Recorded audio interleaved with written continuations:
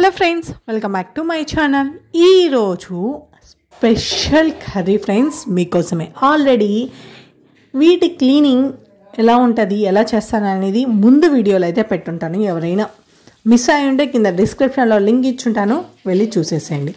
After cleaning తర్వాత process అనమాట ఇది. ముందుగా స్టవ్ ఆన్ చేసేసి ప్యాన్ పెట్టుకొని ఆయిల్ వేసుకోవాలి. ఆయిల్ వేడికిన తర్వాత తిరగమాత దినుసులు అయితే వేసేసుకోవాలి.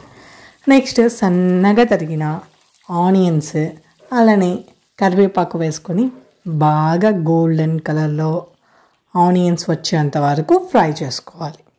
ఇప్పుడు బాగా సన్నగా తరిగిన టమాటాస్ని, అలానే జస్ట్ ఒక హాఫ్ ఆనియన్ని కట్ చేసుకొని మీడియం సైజులో మాత్రమే కట్ చేయాలి. ఆనియన్ని ఇలా కట్ చేసుకొని వేసుకొని బాగా గుజ్జు అయ్యేంత వరకు ఇలాగా ఫ్రై చేసుకోవాలి. ఇక ఇందులో టేస్ట్కి సరిపడంత సాల్ట్ వేసుకొని అలానే కొద్దిసేపు సన్నని మంటపై ఉడికించాలి.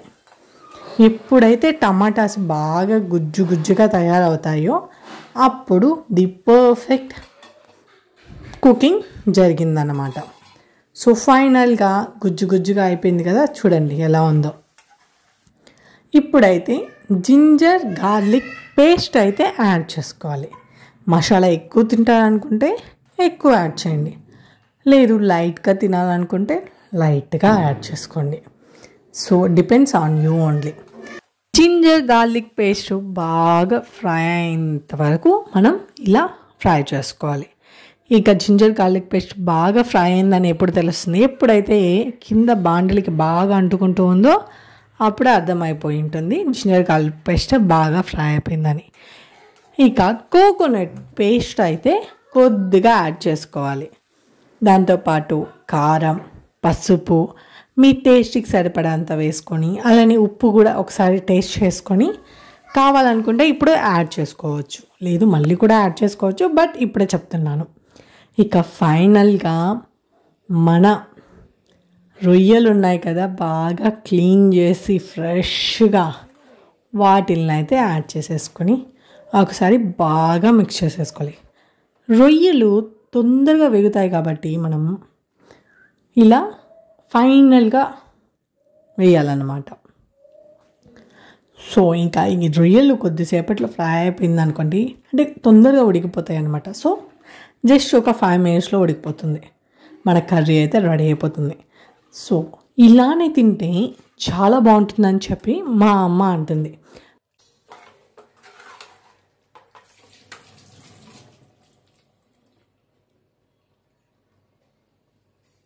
బాగా కలయి పెట్టుకున్న తర్వాత 1 minute మూత పెట్టుకొని ఉడికించుకుంటే నిమిషాల్లో రొయ్యలు ఉడికిపోతాయి. ఇక ఇందులో వచ్చేసి ధనియాల పొడి, అలానే గరం మసాలా యాడ్ చేసుకోవాలి. ఇది కూడా మీ టేస్ట్కి సరిపడంతే యాడ్ చేసుకోండి. సో ఒకసారి బాగా కలయబెట్టేసుకోవాలి. ఇప్పుడైతే మసాలా జస్ట్ అలా బాగా మిక్స్ అయిపోయింది అన్న తర్వాత అయితే వాటర్ని కొద్దిగా యాడ్ చేసుకోవచ్చు.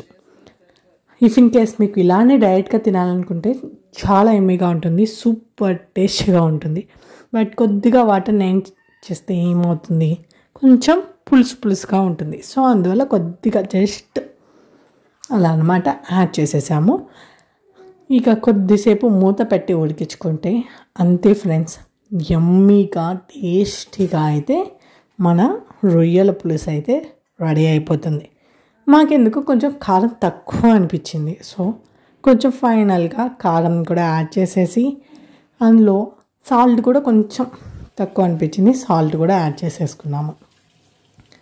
ఇక కొద్దిసేపు మూత పెట్టుకొని అలా ఉడికించుకున్న తర్వాత ఫైనల్గా చికెన్ మసాలా యాడ్ చేసుకుంటే, లేదు మీ దగ్గర ప్రాన్స్ మసాలా ఉంటే ప్రాన్స్ మసాలా కూడా యాడ్ చేసుకోండి, ఏదైనా పర్లేదు. మా దగ్గర ప్రాన్స్ మసాలా అవైలబుల్ లేదు కాబట్టి చికెన్ మసాలా ఉంది కాబట్టి యాడ్ చేసాము. సో ఫైనల్గా ఇంతే ఫ్రెండ్స్, మన ప్రాన్స్ టేస్టీగా యమ్మీగా గ్రేవీగా కూడా ఉంటుంది. వాటర్ యాడ్ చేసాము, పులుసుగా ఉంటుందని అస్సలు లేదు. ఫైనల్గా టేస్ట్ మాత్రం అద్దరు కొట్టేసింది, అంత బాగుంది. సో ఇంత టేస్టీ ఒక రెసిపీ క్లీనింగ్ పెట్టాను, కుకింగ్ పెట్టాను, ఇన్ని పెట్టాను. ఇక మీకేం తెలియకుండా ఉందో చెప్పండి, మొత్తం తెలిసిపోయింది ప్రాసెస్ అంతా.